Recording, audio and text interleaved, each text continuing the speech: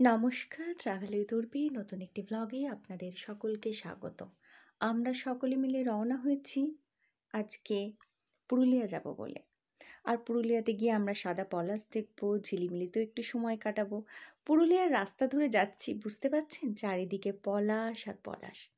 চলুন, ঝিলিমিলিটা আমার গ্রামের বাড়ি থেকে অনেকটাই কাছে, একটু সেখানে থেমে কিছুটা সময় কাটাই। তো এখানে এসে আমার ছোট্ট ২ মেয়ের খুব ভালো লাগলো, যদিও বোটিং করার সময় আমাদের হাতে ছিল না। এরপরে রওনা হলাম সাদা পলাশ দেখব বলে।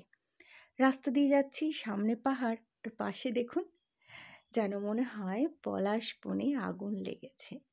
চারিদিকে পলাশ আর পলাশ, লাল পলাশে ভরে গেছে। এখন আমরা একটি গ্রামের ভেতর দিয়ে যাচ্ছি, আর এটি হুড়া ব্লকের অন্তর্গত একটি গ্রাম। তো দেখছেন, এটা একটি লাল পলাশের জঙ্গল। আমরা স্থানীয় একজন লোককে নিয়েছিলাম আমাদের গাইড হিসেবে, যে আমাদের গাছটি দেখাতে নিয়ে যাবে। আসলে তার কথা অনুসারে জানতে পারলাম এখানে অনেকেই আসে বাইরে থেকে। তবে দেখুন, আমাদের পক্ষে রাস্তাটা ঠিকঠাক জেনে সেখানে পৌঁছানো তো সম্ভব নয়। তবে শুনলাম এখানে নাকি ৮-১০টা এই ধরনের গাছ রয়েছে। বন দপ্তর থেকে সংরক্ষণেরও চেষ্টা চলছে। তো জানেন, আমরা না জঙ্গলের ভেতর দিয়ে যাচ্ছি এক কথায়। আর তারপরে আবার একটা বিরাট পুকুর দেখতে পাচ্ছি এখন। তো যাই হোক, এর পাশ দিয়ে আমরা ধারে ধারে যাচ্ছি। আর শেষ পর্যন্ত পুকুর পেরিয়ে একটা বিরাট ফাঁকা মাঠে এসে পড়লাম, মানে চারিদিকে গাছ আর জঙ্গল, মাঝে ফাঁকা। হঠাৎ তাকিয়ে দেখি একটি বিশাল গাছ, ওপরটা সাদা হয়ে আছে পুরো, জানেন। আমি ক্যামেরায়, এবং বিশেষ করে যেহেতু সূর্যের আলো পড়ছে, আমি জানি না কতটা দেখাতে পাচ্ছি, কিন্তু গাছটা পুরো সাদা। কিন্তু জানেন, নিচেও বিছিয়ে আছে। তো আকৃতিটা না খুব ছোট ছোট, কিন্তু পুরো পলাশের মতো দেখতে। আমি এই প্রথমবার চোখের সামনে দেখছি। ফটোতে দেখেছি, কিন্তু চোখের সামনেরটার একটা আলাদা অনুভূতি। যাই হোক, আমার বড় মেয়ের খুব ইচ্ছে যে সে হাতে করে একটু নেবে। তো তার পাপা তাকে কোলে নিয়ে তুলেছে। আর এই দেখুন, পুরো পলাশের মতো দেখতে কিনা আপনারাই বলুন। কিন্তু না, এর আকৃতি ছোট, কিন্তু এর গুণ যে অনেক, তার বলার অপেক্ষা রাখে না। আপনারাও সকলেই জানেন এর গুণ এবং মূল্য সত্যিই অনেক। আজকে আরও একটা জায়গা আপনাদের নিয়ে যাব, জানেন। আহ, এইটি কিন্তু দেউলঘাটা বলে একটি গ্রাম, ওই পুরুলিয়ারই। তো এখানে মাটির তলা থেকে কিছু মূর্তি পাওয়া গেছে। আর এই যে ভাঙা মন্দির দেখছেন, এগুলো সবই কিন্তু ১৫০০ বছরের পুরনো। এখানে এক সাধু বাবা এসেছিলেন এবং তিনি বসবাস করতেন ঘোর জঙ্গলে। ওনার নাম সুনীতি কুমার পাঠক। সেই সাধু বাবা মন্দির থেকে নানা মূর্তি পান,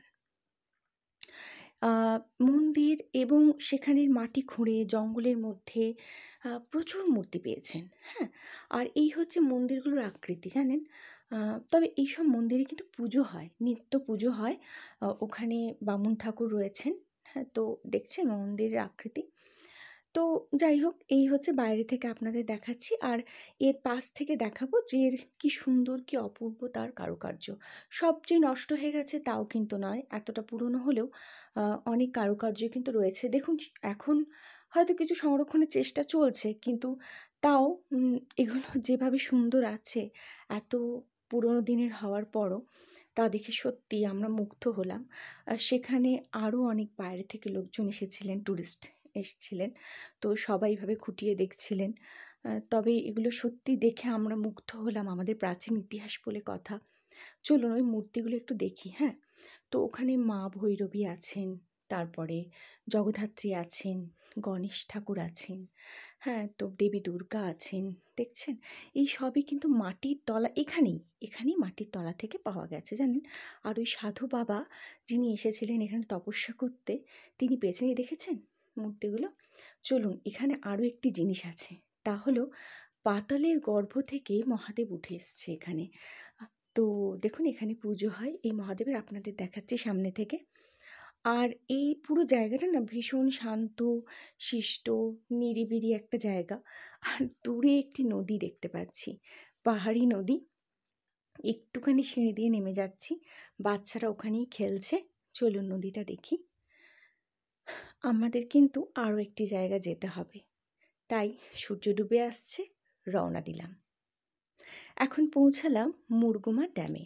যারা অযোধ্যা বেড়াতে যান তারা কিন্তু অনেকেই মুরগুমা ড্যামটা জানেন বা দেখে আসেন। এটা কিন্তু বিশাল, চারিদিকে পাহাড়ে ঘেরা, একদিকে পলাশবন, অন্যদিকে ড্যাম, অসাধারণ জানেন তো।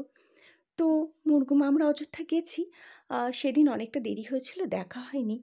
তো আজকে আবার গেলাম। দেখুন আমাদের ড্যাম দেখা কমপ্লিট, আমরা এরপর আবার রওনা দিলাম। অযোধ্যা পাহাড়ের ওপর দিয়ে যাচ্ছি এখন, উঠেছি। আর এইখানে একটি গেস্ট হাউস দেখলাম, ভাবলাম আপনাদের সাথে শেয়ার করি। কি সুন্দর বলুন, একদিকে পাহাড় আর রাতের অন্ধকারে গেস্ট হাউস, দারুণ। আচ্ছা, আপনারা ভালো থাকবেন, পাশে থাকবেন। এখন চলি এই ঘন অন্ধকার জঙ্গলের ভেতর দিয়ে। আজকের মতো এখানেই শেষ করছি। নমস্কার।